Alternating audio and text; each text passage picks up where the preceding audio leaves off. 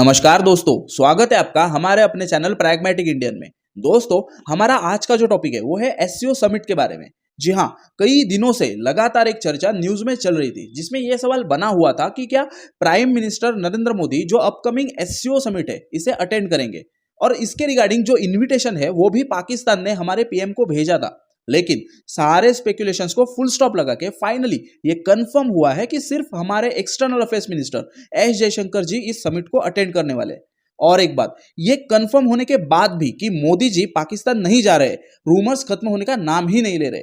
SCO summit के अवसर पर एक चर्चा जोरों शोरों से चल रही है कि क्या इससे भारत और पाकिस्तान के बीच जो दरार है, क्या यह दरार कम हो सकती है। So lot to know, lot to discuss in this video. So without wasting your more precious time, चालू करते हैं हमारे आज के सिंप्लीफाइड को। लेकिन इस वीडियो को चालू करने से पहले हमारे चैनल को जरूर सब्सक्राइब करना, ताकि ऐसे और भी इंटरेस्टिंग एनालिसिस आपके प्रिपरेशन को और सॉलिडिफाइड करने में आपकी हेल्प कर सके। जैसे कि हमने बात की कि S Jaishankar upcoming SCO summit के लिए पाकिस्तान जाने वाले। इंटरेस्टिंगली जयशंकर जी पिछले 9 साल में पाकिस्तान जाने वाले पहले इंडियन फॉरेन मिनिस्टर है। इसके पहले 2015 में सुषमा स्वराज ने हार्ट ऑफ एशिया कॉन्फ्रेंस के लिए पाकिस्तान को विजिट किया था। लेकिन अगर आपको पता होगा तो इसके बाद इन दोनों देशों के बीच तनाव सिर्फ बढ़ता रहा। और जाहिर सी बात है कि पाकिस्तान जो हरकतें करता रहा है, इससे और कुछ एक्सपेक्ट भी नहीं किया जा सकता। एनीवेज, जो भी रिपोर्ट सामने आ रहे थे कि इस विजिट से भारत और पाकिस्तान में सुलह हो सकती है, इसे खुद फॉरेन मिनिस्टर ने ही क्लियर किया है। आप यहां पर भी देख सकते हो कि यह क्लियरली मेंशन किया गया है that Pakistan visit multilateral events के लिए, बायलैटरल टॉक्स के लिए नहीं। ये तो क्लियर होता है कि भारत सिर्फ ट्रेडिशन फॉलो कर रहा है by sending foreign minister two heads of the government level summit. अब यहां पर समझने वाली बात यह है कि कोल्ड वॉर के बाद से भारत के फॉरेन पॉलिसी में एक लेवल का प्रैग्मेटिज्म देखने मिला है। जब मैं प्रैग्मेटिज्म की बात कर रहा हूं, इसका मतलब यह है कि भारत ने लिबरल पॉलिसी को एडॉप्ट किया, मल्टीपल पार्टनर्स को अप्रोच किया जिससे ट्रेड बढ़ सके और म्यूचुअल बेनिफिट हो सके। इससे क्या हुआ कि नेचुरली भारत ने पाकिस्तान और चाइना के साथ के रिलेशंस को नॉर्मलाइज किया। लेकिन वो ठहरा पाकिस्तान, वो सिर्फ चीजों को गलत डायरेक्शन में ही लेकर जाएगा। और यहां पर भी भारत ने जो पीसफुल रिलेशंस का ऑफर सामने रखा था, इसे पाकिस्तान ने साइन ऑफ वीकनेस कंसीडर किया। और इसका एग्जांपल भी मैं देना चाहूं तो parliament attack, serial bomb blast, 26/11, Uri attack और न जाने कितने रिकॉर्ड्स इस देश के नाम पर दर्ज है।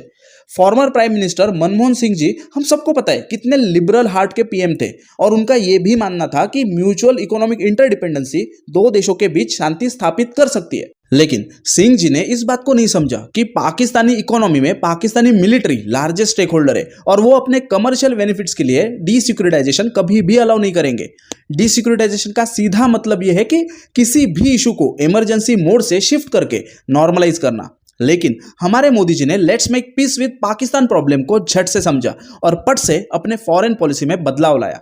अब बदलाव लाया मतलब एग्जैक्टली किया क्या?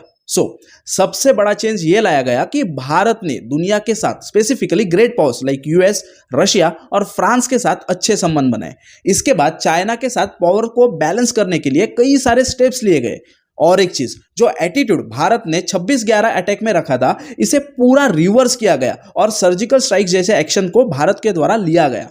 इस सब के बाद मैं सिर्फ यही कह सकता हूं कि पाकिस्तान अब वो नेबर नहीं है जिसके साथ भारत को बेटर और स्टेबल टाइज की जरूरत है to become a great power. Bharat कुछ कर सकता है तो वो सिर्फ पाकिस्तान के अल्टीमेट फेल्यूर के ऊपर अपनी स्टेबल ग्रोथ को देख सकता है। और मैं दावे से ये कह सकता हूं कि भारत एग्जैक्टली यही कर रहा है। वो पाकिस्तान की टेरर इंडस्ट्री को अपने ही भार के नीचे कुचलता हुआ देख रहा है। इस वीडियो में मैंने एससीओ समिट के फैक्चुअल चीजों को डिस्कस नहीं किया है, क्योंकि इसको हमने पहले ही एक वीडियो में कवर किया हुआ है।